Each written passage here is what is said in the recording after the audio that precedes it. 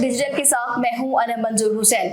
नाज़रीन, चेहरा इंसानी जिस्म का सबसे अहम तरीन हिस्सा है और चेहरा इंसानी शख्सियत का आईनादार भी होता है।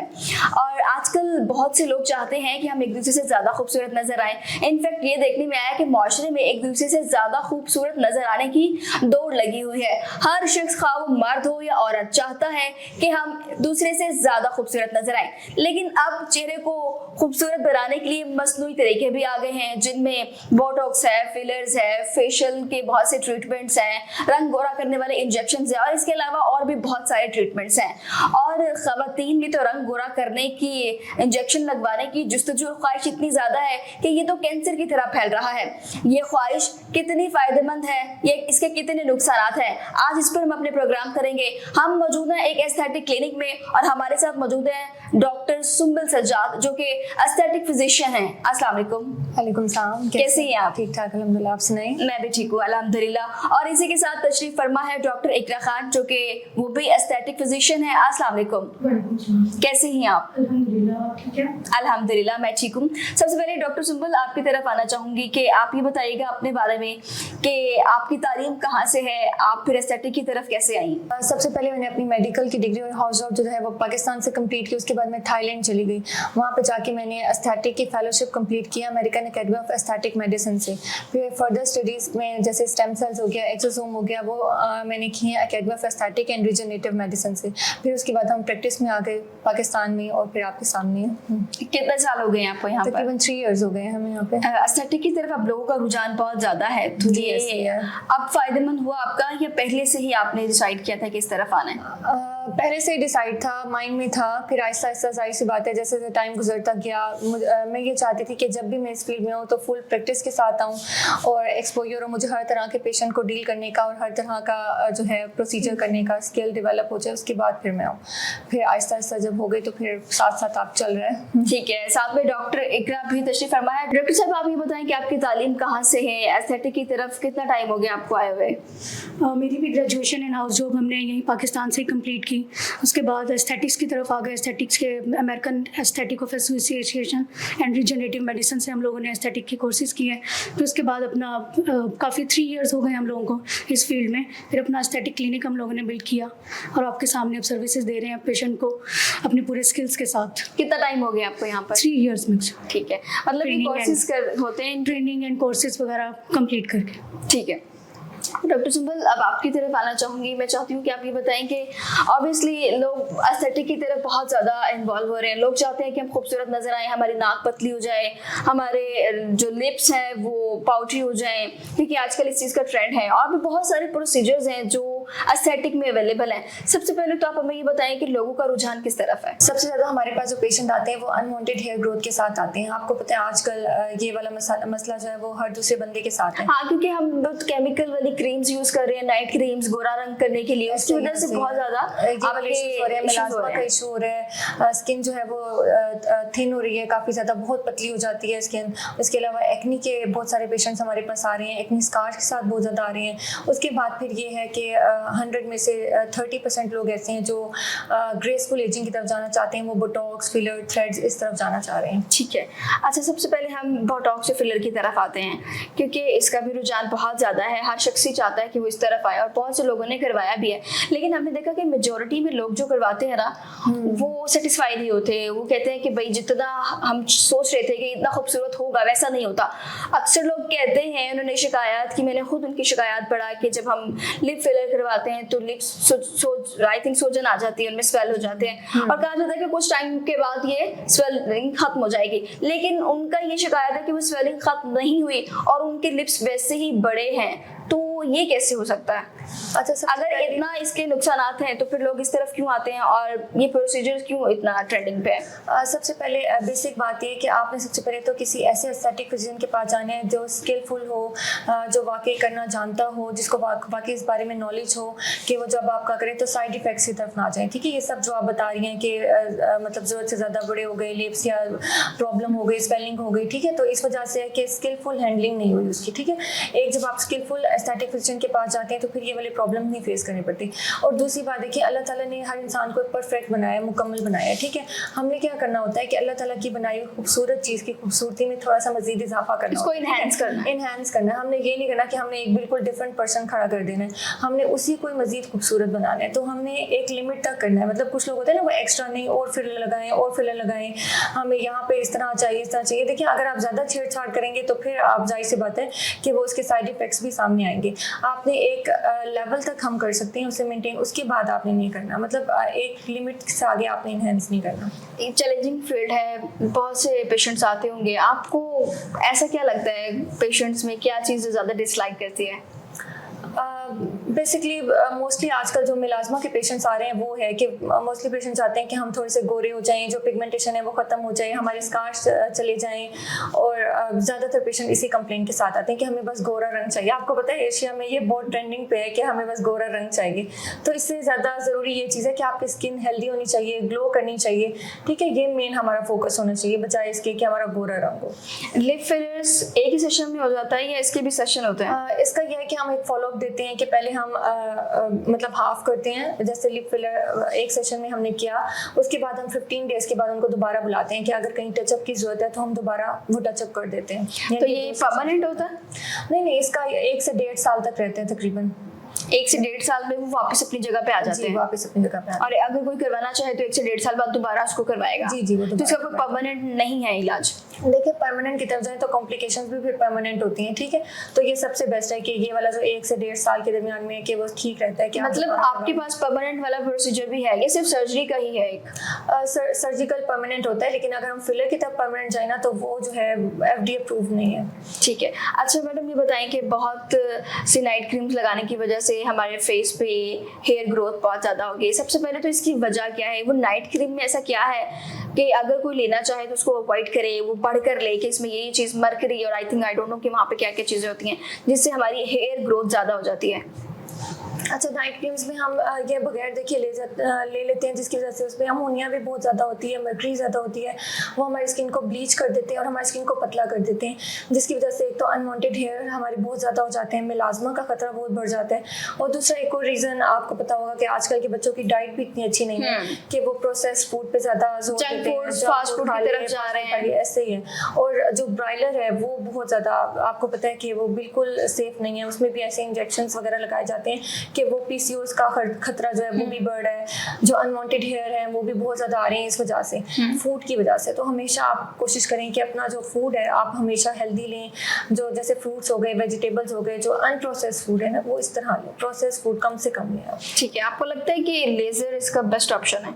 जी, आजकल के दौर में लेज़र बेस्ट ऑप्शन है कि अगर आप थ्रेडिंग की तरफ जाते हैं उससे आपकी स्किन भी लटकना शुरू हो जाती है, पतली होना शुरू हो जाती है और आपके इन्फेक्शन के चांसेस भी बढ़ जाते हैं, क्योंकि जाहिर सी बात है जो आप थ्रेड से कर रहे हैं वो स्टेरिलाइज नहीं है, ठीक है। वो अपने ना हैंड्स क्लीन करते हैं, ना थ्रेड स्टेरिलाइज होता है और वो स्किन के लिए डेंजरस हो सकता है, ठीक है। तो सबसे जो है सेफ ऑप्शन लेज़र है। ठीक है।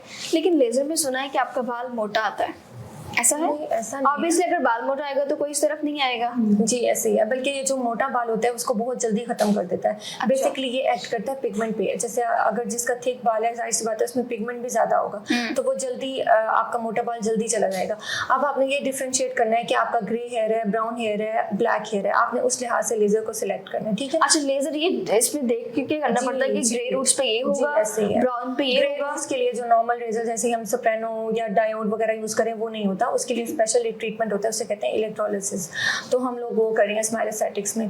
तो ये है कि ग्रे हेयर्स के लिए इलेक्ट्रोलिसिस हो गया, उसके बाद सोप्रानो टाइटेनियम हमारे पास मौजूद है अनवांटेड हेयर रिमूवल के लिए, उसके बहुत अच्छे रिजल्ट्स हैं। ठीक है। अच्छा डॉक्टर साहब, लेजर और IPL में क्या डिफरेंस है?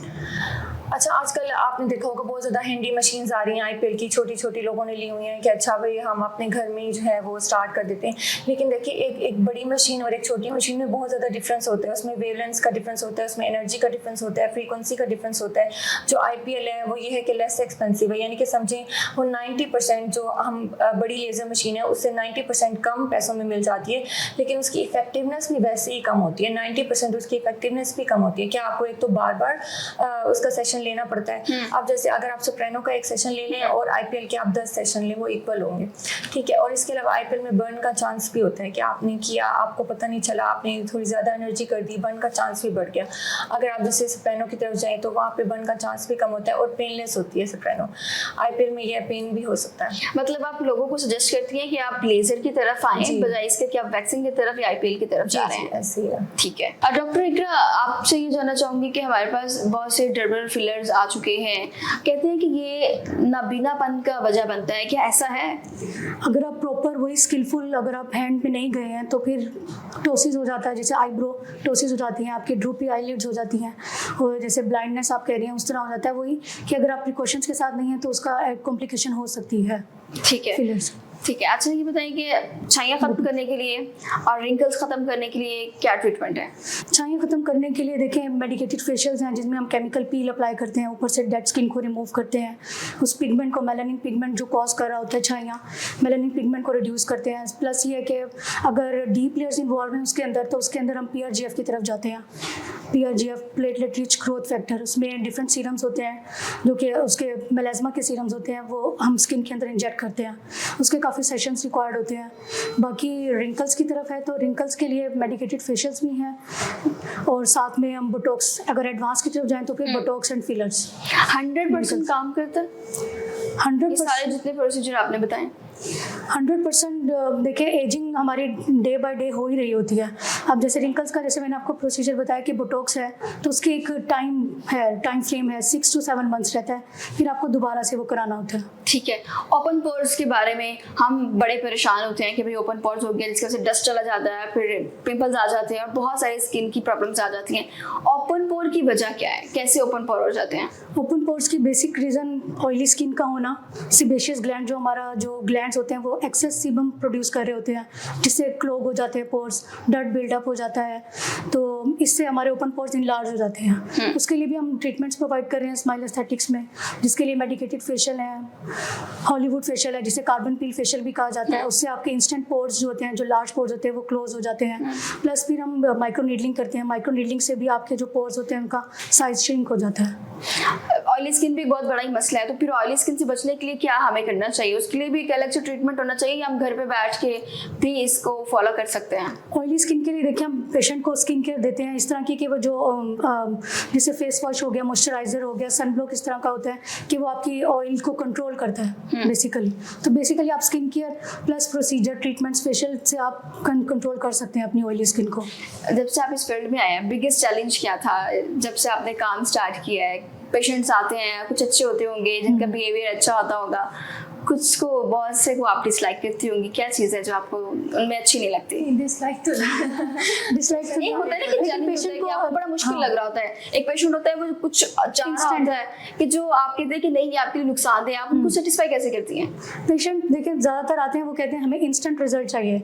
अब जैसे मेलाज्मा के पेशेंट आते हैं, उनका काफ़ी वो स्किन को डैमेज करके आ रहे होते हैं, वो कहते हैं कि हमें इंस्टेंट रिजल्ट चाहिए, एक सेशन में हमें रिजल्ट चाहिए, जबकि वो इतना टाइम लगा के अपनी स्किन को डैमेज करके आ रहे होते हैं। वो डॉक्टर के पास ये वो एक्सपेक्ट करते हैं कि हमें एक सेशन में ही रिजल्ट आए और उसके बाद हमें दोबारा ना आना पड़े। तो ये एक बिगेस्ट चैलेंज है कि पेशेंट की काउंसलिंग करना, कि देखें टाइम लगता है हर चीज़ को, हर प्रोसीजर को टाइम लगता है रिजल्ट देने में।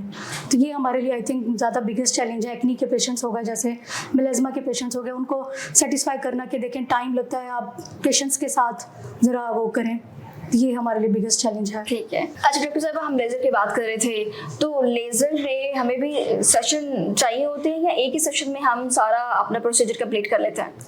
देखिए, हमेशा लेज़र हेयर रिमूवल में थोड़े से सेशंस हमें रिक्वायर्ड होते हैं, क्योंकि हर मंथ में जब हम लेज़र करवाते हैं तो तकरीबन 10 से 15% हेयर्स ऐसे होते हैं जो इस स्टेज पे होते हैं कि अगर हम उनके ऊपर लेज़र करें तो वो ख़त्म हो जाते हैं, ठीक है।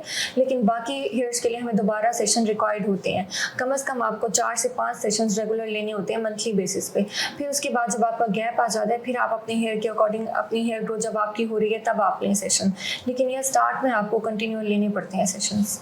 तो हेयर ग्रोथ फिर आपकी रुक जाती है या फिर आपको? जी, आपकी ना बहुत ज़्यादा रिड्यूस हो जाती है, आपका गैप आ जाता है, जैसे आपके 2 से 3 मंथ्स का गैप आ जाता है, किसी का 5 मंथ्स का गैप भी आ जाता है, फिर आपको 5 मंथ्स में 1 टाइम करवाना पड़ता है लेज़र, लेकिन ये है कि करवाना पड़ता है, चाहे साल में 1 दफ़ा, लेकिन करवाना पड़ता है। ओके, एंटी एजिंग का क्या प्रोसेस है? आजकल तो दुनिया भाग रही है भाई एंटी एजिंग, देखिए कॉमन सी चीज़ है ना कि एज तो बढ़नी है, लेकिन ये है कि हम उसको रोक नहीं सकते, डिले कर सकते हैं, उसके लिए लोग इस तरफ आते हैं, तो इसके क्या प्रोसीजर्स हैं?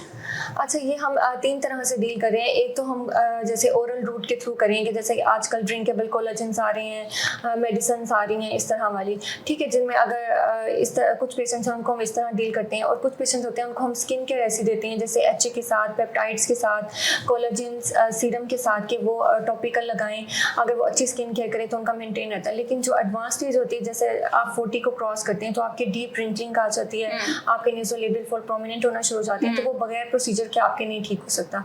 उसके लिए फिर हम फिलर जो एडवाइस करते हैं, बोटॉक्स एडवाइस करते हैं, थ्रेड जो है वो उसकी तरफ जाते हैं हम, तो ये सारे ट्रीटमेंट्स हैं। ठीक है, PRGF का मैंने सुना है, ये कौन सा ट्रीटमेंट है? PRGF बेसिकली आपके अपनी ब्लड से प्लेटलेट्स लेके हम एक प्लाज्मा प्रिपेयर करते हैं, जिसे गोल्ड सीरम भी कहते हैं, और फिर हम आपके जहाँ पे अफेक्टेड एरिया होता है, अगर जैसे आपके फेस पे इंजेक्ट करना है, ये जिस जगह पे भी जाएगा, चाहे आपके अगर हम हेड में इंजेक्ट करेंगे तो जैसे हेयर थिनिंग का मसला होता है, हेयर लॉस का मसला होता है, वो भी सॉल्व हो जाता है। अगर हम स्किन में इंजेक्ट करते हैं, जैसे अंडर आई में हमने किया, तो आपके सर्कल्स थोड़े से कम हो जाते हैं, ठीक है। अगर हम मिलाज़मा के पेशेंट में दूसरे मेजो सीरम्स ऐड करके इंजेक्ट करेंगे तो वहाँ पे मिलाज़मा में भी आपको कमी मिलेगी। मतलब ये जो है यूनिवर्सल ट्रीटमेंट है कि आप हर तरह के ट्रीटमेंट में थोड़ी सी चेंजिंग करके, सीरम्स ऐड करके आप लगा सकते हैं और आपको बहुत अच्छे रिजल्ट्स मिलते हैं। ठीक है, एक्नी का क्या है? एक्नी हर इंसान के फेस पे एक्नी कभी कभी हो जाती है, कभी कभी इतनी ज़्यादा एक्नी हो जाती है कि आपके स्कार्स बन जाते हैं जो कभी ख़त्म ही नहीं होते। इसका क्या ट्रीटमेंट है? अच्छा, सबसे पहली बात ये है कि आपने बेसिक लेवल पे कि जब आपके स्कार स्टार्ट हो या आपकी एक्नी स्टार्ट हो, आपने उसी वक्त उसे ट्रीट कर लेना है। आपने ये नहीं कहना कि अच्छा थोड़ी सी ज़्यादा हो जाए, फिर अभी देखते हैं, फिर डॉक्टर के पास जाएंगे। आपने स्पेशली जाकर डॉक्टर से कंसल्टेशन लेनी है, आपने अपने फेस के अकॉर्डिंग स्किन केयर लेनी है, जैसे आप एक अच्छा फेस वॉश, एक अच्छा मॉइस्चराइजर और एक अच्छा सनब्लॉक, ठीक है। उसके बाद अगर आपको मेडिकेशन की ज़रूरत है, स्वेयर एक्नी है, तो मेडिकेशन लें अपने डॉक्टर की एडवाइस के मुताबिक। अगर आपको कोई पील की ज़रूरत है, एक्नी पील की, तो आप उस तरफ भी जा सकते हैं। और फिर अगर आपके स्कार्स का इशू है, तो अगर आप इसको इनिशियल स्टेज पे ही कवर कर लेंगे तो वो ज़्यादा हेल्पफुल होगा, क्योंकि टाइम के साथ साथ ना पिटेड स्कार स्टार्ट हो जाते हैं, डीप स्कार स्टार्ट हो जाते हैं कि उनका ट्रीटमेंट फिर पॉसिबल नहीं होता। तो डीप स्कार्स का कोई ट्रीटमेंट नहीं है? देखिए वो थोड़ा सा अगर खत्म किया जाए, नहीं, देखिए थोड़ा सा लॉन्ग हो जाता है। अगर डीप स्कार्स हैं तो उनका ट्रीटमेंट थोड़ा सा लॉन्ग होता है। फिर हम सब्सियन की तरफ जाते हैं कि जिस तरह से हम अटैचमेंट्स नीचे से स्कार्स की तोड़ते हैं, ठीक है। उसके अलावा हमारे पास माइक्रो नीडलिंग के ऑप्शन है, फिलर के ऑप्शन है, ठीक है। तो फिर ये है कि वो थोड़ा सा प्रोलॉन्ग हो जाता है। अगर आप इंस्टेंट रिजल्ट चाहते हैं तो फिर ज़रूरी है कि आप एडवांस स्टेज पे ना जाने दें डिजीज़ को, आप बेसिक पे उसको ट्रीट करें। अच्छा डॉक्टर साहब, हमारे नाज़रीन को सबसे पहले तो ये बताएं कि ये जो एस्थेटिक की तरफ लोग आते हैं ना, ये एक थोड़ी सी चेंजिंग होती है जो आपके फेस पे की जाती है, आपको पूरे बंदे को बदल नहीं दिया जाता। लोगों के बारे में बहुत है कि हम एस्थेटिक जाएंगे तो भाई हमारी को नई शक्ल बन जाएगी, ऐसे तो इसके बारे में बताएं आप। जी ऐसे ही है। देखिए सबसे पहले तो अल्लाह ताला ने आपको बनाया ना, जैसे वो उसमें सेटिस्फाइड रहें कि अल्लाह ताला ने हर इंसान को बहुत ही खूबसूरत बनाया है, ठीक है। लेकिन साथ साथ अपनी केयर करें, आप अपनी डाइट का ख्याल रखें, क्योंकि आप जो भी खाते हैं आपके चेहरे पे वो प्रोमिनेंट होता है, ठीक है। आपने अच्छी डाइट रखनी है, आपने पानी का इस्तेमाल ज़्यादा से ज़्यादा पीना है, जूसेस आपने ज़्यादा से ज़्यादा यूज़ करने हैं, ठीक है। इसके अलावा आपने अपनी स्किन केयर बहुत अच्छी सी बनानी है। आपने प्रोडक्ट्स की जो है चॉइस के मामले में आपने कोई कंप्रोमाइज़ नहीं करना। जैसे बाज़ार में ऐसे क्रीम्स अवेलेबल हैं कि 7 दिनों में रंग हो रहा, मतलब इस तरफ आपने नहीं जाना। आपने अच्छी प्रोडक्ट्स लेनी है, चाहे वो एक्सपेंसिव हो लेकिन अच्छी हो, कम लें लेकिन अच्छा लें। और मैं ये भी थोड़ा सा रिक्वेस्ट करना चाहूँगी कि जैसे कहीं से भी फेशियल ले लेते हैं, उसमें ब्लीचिंग एजेंट्स होते हैं, तो थोड़ा सा अवॉइड करें। इससे बेहतर यह है कि आप बेशक घर में क्लींजिंग कर लें, लेकिन आप जैसे पाउडर वाले फेशियल होते हैं, कुछ बहुत ही डेंजरस होते हैं कि हमारे पास अक्सर पेशेंट्स ऐसे आते हैं कि उनका पूरा फेस बर्न हुआ होता है कि बिल्कुल मिलाज़मा, उधर से स्किन इतनी ज़्यादा थिन, तो स्किन पॉलिश और ब्लीच वगैरह का इस्तेमाल करके इतनी ज़्यादा इफेक्ट हो जाती है। अच्छा, लोग ना लेजर की तरफ नहीं जाते, वैक्स की तरफ नहीं जाते, वो ना स्किन पॉलिश करके अपने गोल्डन बाल कर लेते हैं ताकि कुछ गुजारा हो जाए, और उनकी स्किन क्वालिटी इतनी पुअर हो जाती है कि वो एक कोई आम क्रीम भी लगाए ना, अगर सनब्लॉक लगाए वो भी बर्न करता है। ये जो हम ब्लीच क्रीम या जो स्किन पॉलिशेस यूज करते हैं, इनसे आपकी स्किन भी पतली हो रही होती है? जी जी, बहुत ज़्यादा स्किन थिनिंग के साथ तो बहुत ज़्यादा पेशेंट्स आते हैं, और ये मेन रूट कॉज है कि आप अगर धूप तक भी जा रहे हैं, आप चूल्हे पे जा रहे हैं, आपको बर्निंग शुरू हो जाएगी, एक्सेसिव स्वेटिंग शुरू हो जाएगी, आपकी सेंसिटिविटी हो जाएगी बहुत ज़्यादा स्किन में। तो ये है कि ये वाली चीज़ों से बचने के लिए आप हमेशा अच्छी प्रोडक्ट यूज़ करें। ठीक है डॉक्टर साहब, हमें कैसे पता चलेगा कि हम जिस डॉक्टर के पास जा रहे हैं वो एक अच्छा डॉक्टर है और हमें अच्छा ट्रीटमेंट देगा? हमें डॉक्टर के पास जाने से पहले क्या देखना चाहिए? देखिए, थोड़े से पेशेंट्स के रिव्यूज़ भी होते हैं कि आपके जैसे आसपास के लोग होते हैं, वो अगर किसी डॉक्टर के पास गए हैं, अगर उन्हें अच्छा लगा है, कोई साइड इफ़ेक्ट्स नहीं आए, तो फिर ये है कि आप थोड़ी उनकी क्वालिफिकेशन देखें कि उन्होंने कहाँ से किया, उनकी एक्सपर्टीज़ क्या है, उनके पास जो पेशेंट्स आ रहे हैं उनको वाकई फ़ायदा हो रहा है कि नहीं हो रहा। ठीक है, आपको वो प्रॉपर गाइड कर सकते हैं। उसके बाद आप उन डॉक्टर का सिलेक्ट करें। फिर यह है कि एक डॉक्टर की जो आप सिलेक्शन के मुताबिक जब आप अपनी स्किन केयर स्टार्ट करेंगे, उसका असर बहुत अच्छा होगा, बजाय ये कि आप अपनी मर्जी से खुद कोई भी प्रोडक्ट उठा के ले आए। अच्छा, ये आपके ड्यूरिंग आपकी प्रोसीजर, जो भी आपका प्रोसीजर चल रहा है, चाहे वो एक्नी का है, एंटी एजिंग का है, कोई बोटॉक्स फिलर्स का है, होम रेमेडीज उस दौरान इस्तेमाल कर सकते हैं? देखिए, वो कहते हैं ना, excess of everything is bad, कि आप ये है कि मॉडरेट लेवल पे जाके ऐसी चीज़ें जो स्किन के लिए हेल्पफुल हैं, कुछ होती हैं होम रेमेडीज जो अच्छी होती हैं स्किन के लिए, वो यूज़ करनी चाहिए। लेकिन लोग बहुत एक्स्ट्रा कर जाते हैं कि अब वो चावल को पीस के उसको लगा रहे हैं, स्क्रब कर रहे हैं। मतलब आप देखें, स्किन को अल्लाह ताला ने बहुत ज़्यादा सेंसिटिव बनाई है। आप ऐसी चीज़ें यूज़ करें जो स्किन के लिए हार्श ना हो। मतलब आपको जो है जेंटल रहना चाहिए बहुत ज़्यादा स्किन के साथ। प्रिकॉशंस भी हैं ड्यूरिंग प्रोसीजर कि ये खाना है और ये नहीं खाना, यहाँ जाना है, धूप में नहीं जाना, बाहर नहीं निकलना? जी, जाहिर सी बात है, पोस्ट केयर तो होती है कि आपने सनस्क्रीन लाजमी लगाना होता है। चाहे आप लेज़र के थ्रू हम जैसे हेयर रिमूवल की तरफ जाते हैं, CO2 की तरफ जाते हैं या पीको की तरफ जाते हैं, बाद में हम पेशेंट को एडवाइस करते हैं कि सनस्क्रीन आपका मस्ट है।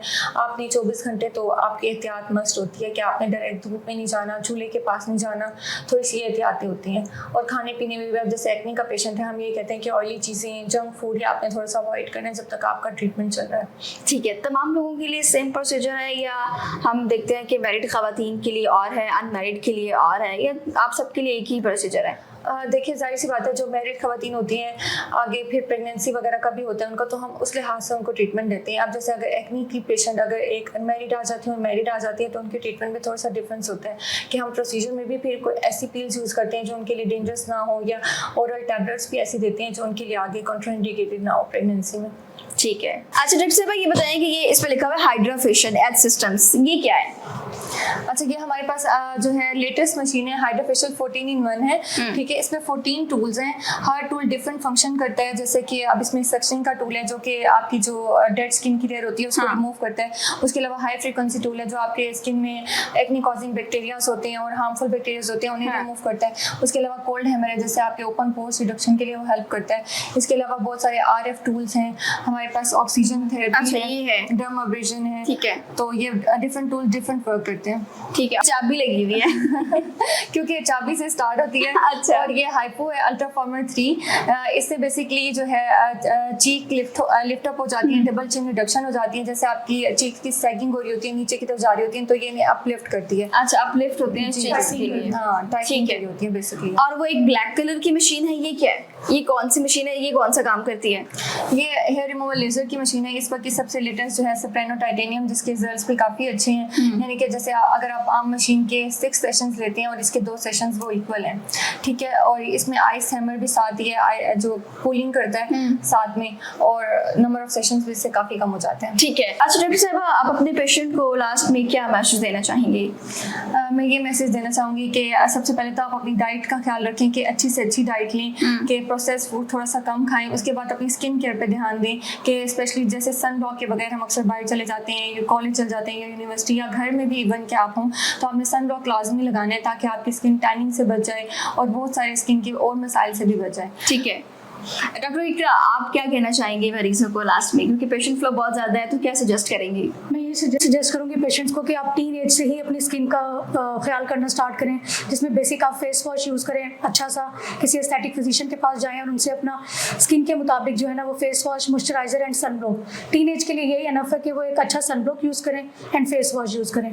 बाकी एडल्ट्स की तरफ जाएँ तो वो फिर डिफरेंट हो जाती है उनकी कि विटामिन C वगैरह या कुछ भी प्रोडक्ट्स वो according to the skin retinol start 30 हम एडवाइस करते हैं। बाकी AHA BHAs होते हैं, वो आपकी स्किन के मसले के मुताबिक है कि अगर ओपन पोर्स का इशू है, मतलब उस लिहाज से हम गाइड करेंगे आपको डिफरेंट स्किन के अकॉर्डिंग। ठीक है डॉक्टर साहब ये बताएं कि ये वाली जो मशीन है काफी बड़ी लग रही है, तो ये किसके लिए इस्तेमाल होती है? ये क्यू स्विच लेजर मशीन है, इससे हम हॉलीवुड फेशियल जिसे कार्बन पील फेशियल भी कहते हैं, जिन पेशेंट्स ओपन पोर्स के साथ आते हैं, अनइवन स्किन टोन के साथ आते हैं, या फिर फाइन लाइंस रिंकल्स, जिनकी सन डैमेज हुई होती है, स्किन पिगमेंटेशन होती है, उसके लिए हम ये पिको लेजर यूज़ करते हैं। लेजर के थ्रू हम पेशेंट को ट्रीट करते हैं इसमें। और इससे हेयर ब्लीच भी हो रहे होते हैं, जैसे पेशेंट जा रहे होते हैं कि हमने हेयर रिमूव की तरफ नहीं जा रहे होते, वो गोल्डन करना है उन्होंने, तो इससे हमारे हेयर ब्लीच भी हो रहे होते हैं। और तो इसका कोई नुकसान नहीं है, वो जो हम स्किन पॉलिश यूज करते हैं उसका उससे बेटर नुकसान ऑप्शन है कि आप लेजर ब्लीच की तरफ जाएं। लेजर ब्लीच की हाँ, तरफ जाएं। ठीक लेजर ब्लीच की तरफ, इससे जेनेसिस भी हो रहा होता है और साथ में मोल रिमूव भी हो रहे होते हैं आपके। ओके ठीक मतलब इसके मल्टीपल फंक्शंस हैं इस मशीन के। ठीक है नाज़रीन, हम एस्थेटिक क्लिनिक में मौजूद थे, डॉक्टर्स 2 हमारे साथ मौजूद थे। उन्होंने बताया कि किस तरह से मसले मसाइल बढ़ रहे हैं और किस तरह से इनके ट्रीटमेंट किए जाते हैं। बहुत से लोग जो है वो कुछ ऐसे ट्रीटमेंट की तरफ जा रहे होते हैं जो उनके लिए बहुत ज़्यादा नुकसानदेह होते हैं। डॉक्टर साहब ने आज बताया कि इन ट्रीटमेंट्स की तरफ आया जाए ताकि इंसानी स्किन जो है वो पुरसुकून रहे और एक अच्छी स्किन एक आपके चेहरे पे नजर आए। और इसके लिए ज़रूरी है कि आपका खाना भी बहुत अच्छा होना चाहिए, आप जंक फूड्स और फास्ट फूड की तरफ ना जाएं और अच्छे खाने की तरफ जाएं। मेरे प्रोग्राम का वक्त होता है खत्म, आप मुलाकात होगी अगले प्रोग्राम में। मुझे दीजिए इजाज़त, अल्लाह निगहबान।